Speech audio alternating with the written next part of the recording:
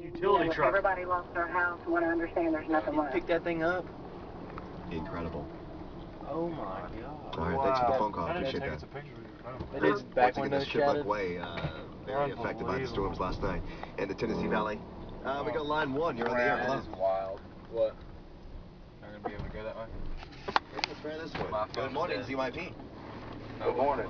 I guess that came like right there. Yeah, look at the. Oh, that is crazy. The Waffle House, 157 and 65 is still open. They don't have power, but they cook with gas. So if you're looking for a hot meal, just go on down that way. All right, sounds good. The Waffle House there in Coleman County, right?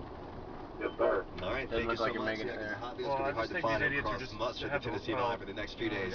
It is 8:18. You're listening to live storm coverage. I'm Steve Smith on 104.3 ZYP, 93.3 The Wolf, and Sports Radio 730 The Ump, and 103.9 FM. We have more next. Power. Are you ready for that special occasion? That's all That's TV is right. not That wonderful moment in your life.